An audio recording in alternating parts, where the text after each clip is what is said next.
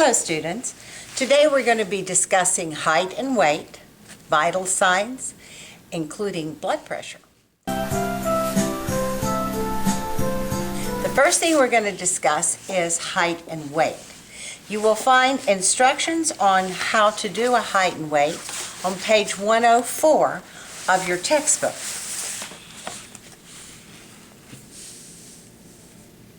But we shall go over the scale and how to actually weigh your patient and how to chart.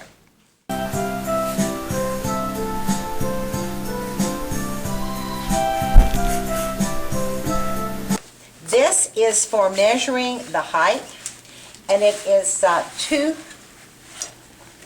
portions. It is the sliding measuring, height measuring, and then the bottom portion is for under 4 feet.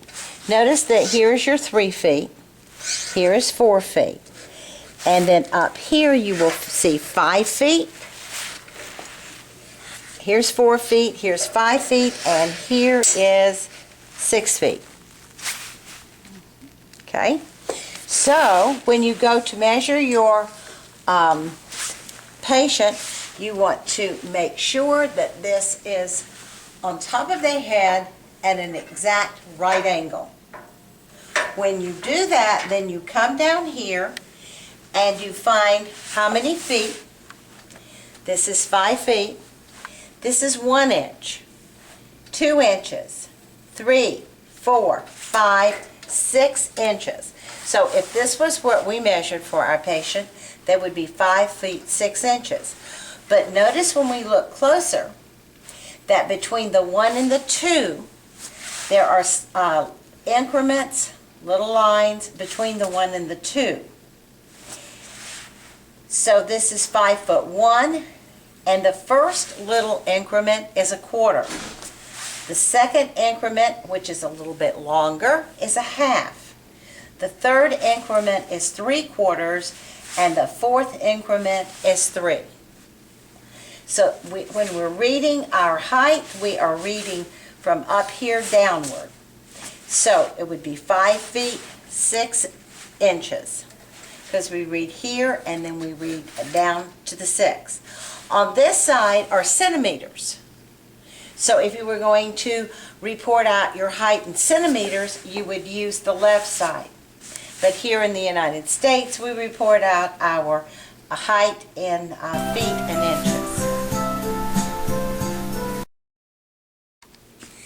Prior to doing any type of procedure on a patient, there are 3 things you need to remember.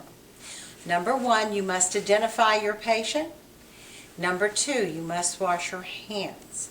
And number 3, you must explain to your patient the procedure that you're going to do to them.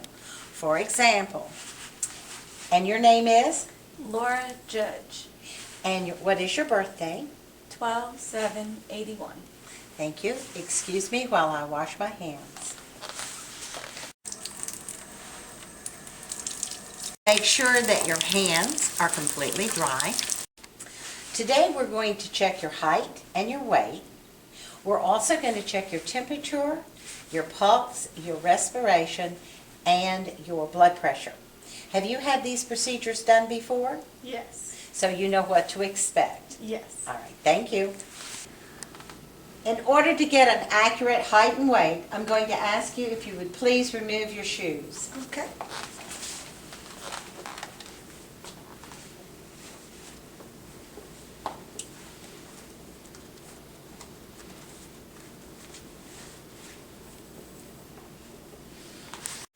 You want to put a paper towel on the scale, and then you want to help your patient to step up to make sure they don't lose their balance.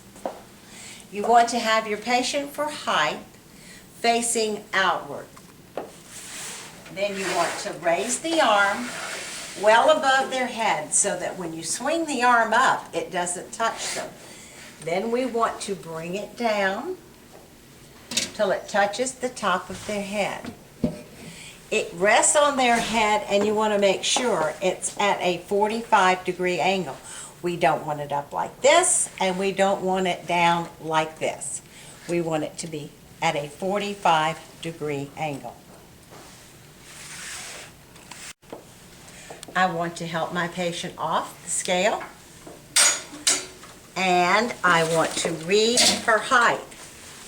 If you notice, it reads 5 feet, 1 inch, 2 inches, 3 inches, 4 inches, but there's no 5 inches, so I have to read the increments. A quarter, a half, 3/4. So she's 5 feet 4 3/4 inches. 5 feet 4 3/4 inches. This is the scale. Whenever you approach the scale, you want to make sure that the large weight is on 0 and that the small weight is on 0, and that the balance is between the top and the bottom. When it balances, should be 0, 0. Now, to weigh our patient, we want her to face the scale, help her up to the scale. Now, when we go to read the weight, you can ask your patient, what do you normally weigh? About 140. About 140. So that will tell us that we can come up to, if you notice here, there's both a kilogram and a pound scale. The top level is kilograms. Now notice we have 50 pounds, we have 100 pounds, and here we have 150 pounds. Well, notice she said her weight was right about 140. So you notice that this line is on 100, this one is on 150, and you saw how the weight dropped. So you know it's more than 100 and less than 150. Then you take the upper weight and move it down to about 140 so that you will be near what her actual weight is. Then you move the weight. What you want to do is balance this in between the two. You want to move this till it's up too far, so move it back a little bit. Tiny increments. And that is her weight. Now let's see how we measure the weight. Notice that there is the large number, and that is like 136. The big number, the line that is between 136 and 138 would be 137. Notice between each of these lines there are 3 marks. The first little mark is a quarter, the second is a half, and the third is 3/4. In this case, you see that it is on the first little mark, so she weighs 138 1/4 pounds. We want to put our patient's name here. Her name was Judge, Judge, and Laura. We want to put the date in. And then down here at the bottom, it has height, weight, and height. What was her weight? It was 138 1/4 pounds. And her height was 5 feet 4 3/4 inches.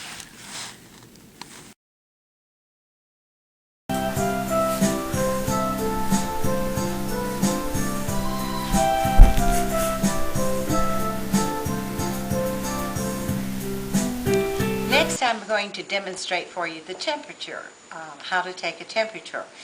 There are many different kinds of thermometers, but we are only going to check off on 2 thermometers. One is the digital and electronic, and one is the tympanic.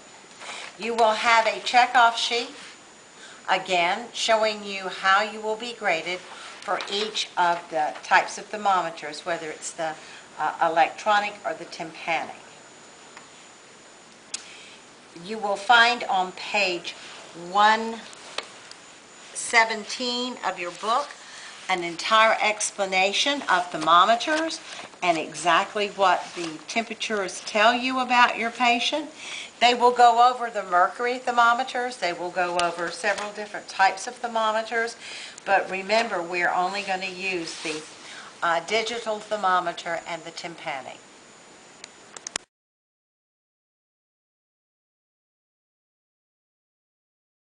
Again, as you know, we always check our patient's identification and we wash our hands.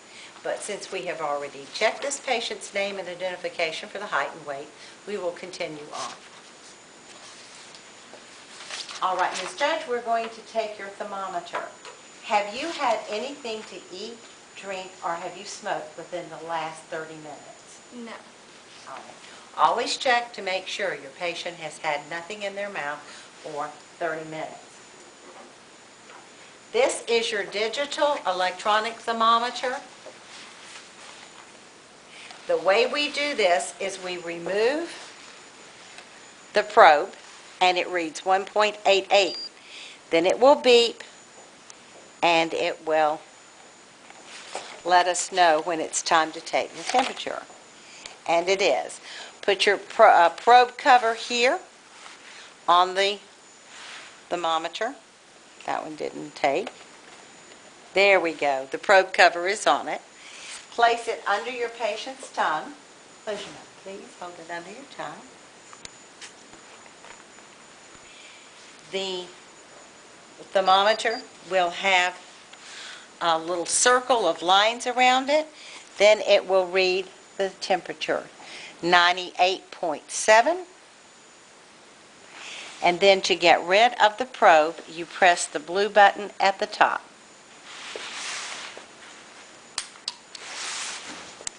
Then you reinsert it back into the thermometer.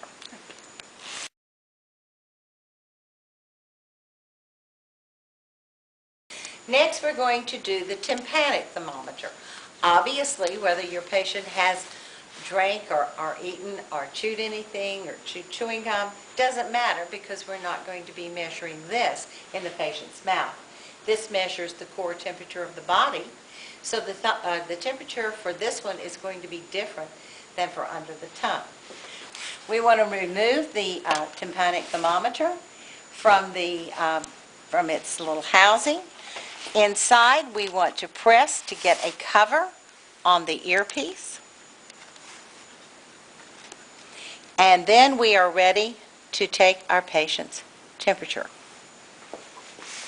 When we take the temperature, we want to pull the patient's earlobe downward and toward the back, insert the thermometer in their ear, and press the button. You will hear an audible beep, and it's ready to remove. The temperature reads 95.5. To remove the cover from the tympanic thermometer, you just press the button right underneath the sheath, and it dispenses it. Then you want to place the thermometer back into its casing. When you go to chart your patient's results for their temperature, normally when you're doing a patient's temperature, it's only going to be digital or tympanic. But here, because of our checkoffs, we have both. Notice that our chart is made up of AM and PM. AM says 4, 8, 12, and then PM says 4, 8, and 12. So what we do is we check the time, which is 9:35, and we know that the patient's temperature was 98.7. So here is 98. This is normal, which is 98.6. So we know that the patient was 98.7. So it's right on the top of that line. So 98.7. And it's 9 o'clock, so somewhere between 8 and 12 is where we're going to put our mark. Now, of course, it is closer to 8 than it is 12, so I'll put my mark for my temperature right there. Now, for the tympanic, it was 95.5, so here is 96, and we're going to come over to the next day. See, here's the PM, here's the tympanic for the next day. So it was 95.5, and it was for 9 a.m. So it would be right there.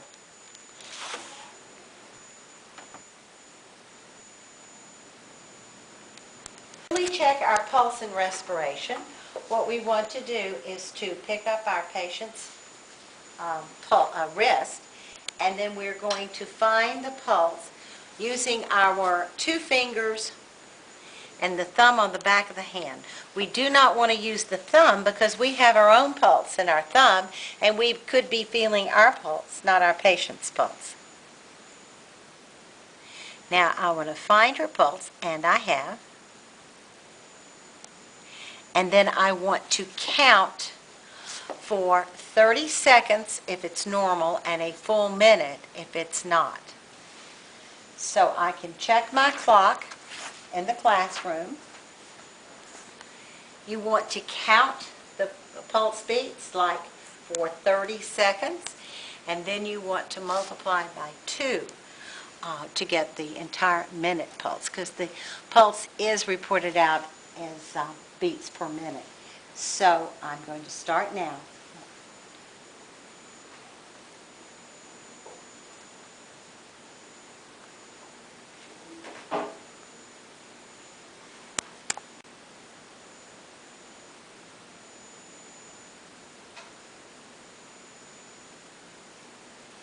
And that was 30 seconds, and the number I got was 42. So that would mean the pulse would be 84.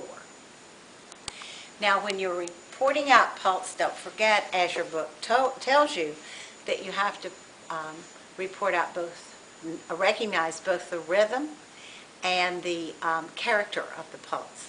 In her case, it was normal.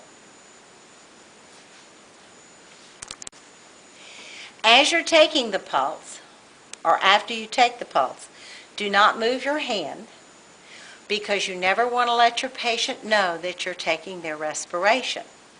So as you're sitting here after you've counted your 42 counts, keep that in mind, you want to watch the rise and fall of your patient's chest to count the respirations. 1, and for that you're also going to count for 30 seconds. 1, 2,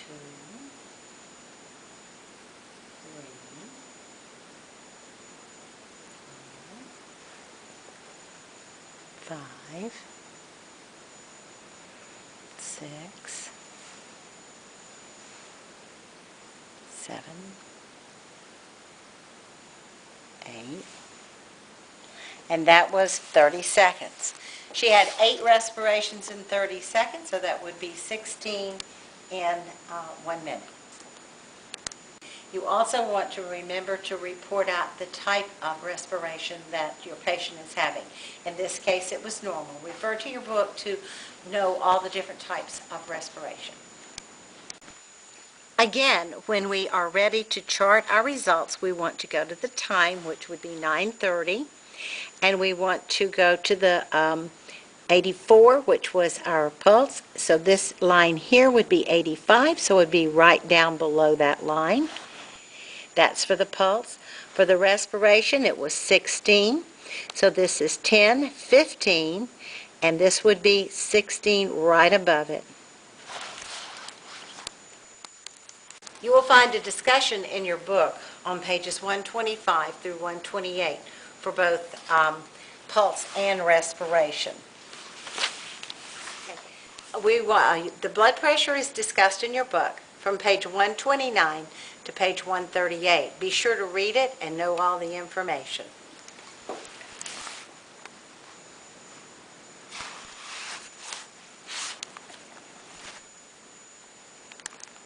When we're ready to take the blood pressure, we want to raise the patient's sleeve. Want to make sure you have the right size of blood pressure cuff. This is your manometer, and this is where we will be reading from.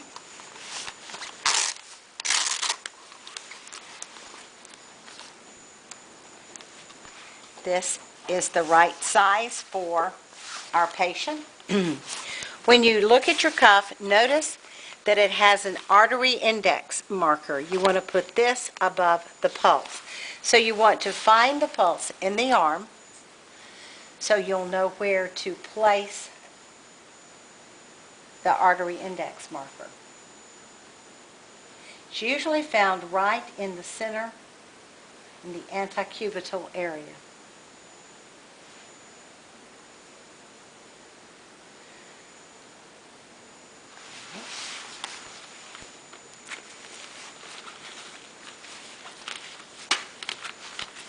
Do you know what your pulse usually runs? No. You have no idea, okay? If you know what a patient's blood pressure usually runs, you can start your reading at that point. If you don't know where it starts, you want to pump it up to 200 and then let it fall. Notice that this sphygmomanometer that we're using is dual-headed because when you are checking off, I will be using one and you will be using one, or your evaluator will be using one and you will be using one, so that we can both hear the blood pressure as it is checking, as you are checking it, to see if you are correct. What you want to do is to open an alcohol pad and wipe off the ears before placing them in your ears.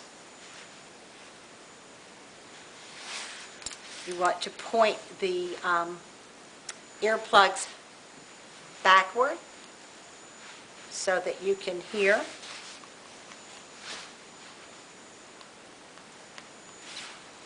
Make sure that they are adjusted so that you can hear. Okay. Then you want to place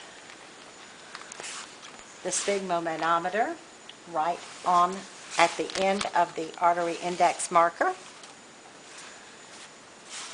and hold it in place with your non-dominant hand. And then you want to pump if you don't know your patient's blood pressure, you want to pump it up to over 200. Very gently release it until you start hearing the sound. I still haven't heard any sound.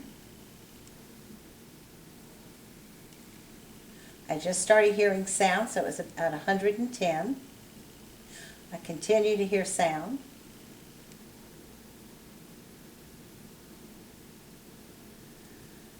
And sound disappeared at 64.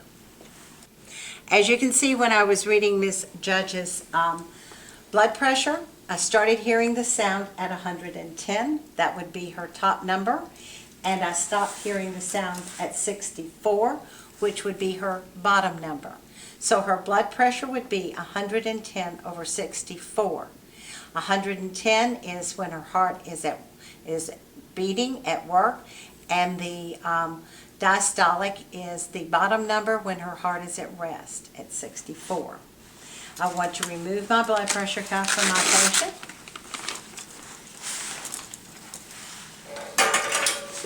And put my blood pressure cuff in its container here. And then I want to chart my results. Notice your blood pressure is recorded once every 24 hours. So that would be 110 over 64 for Ms. Judge.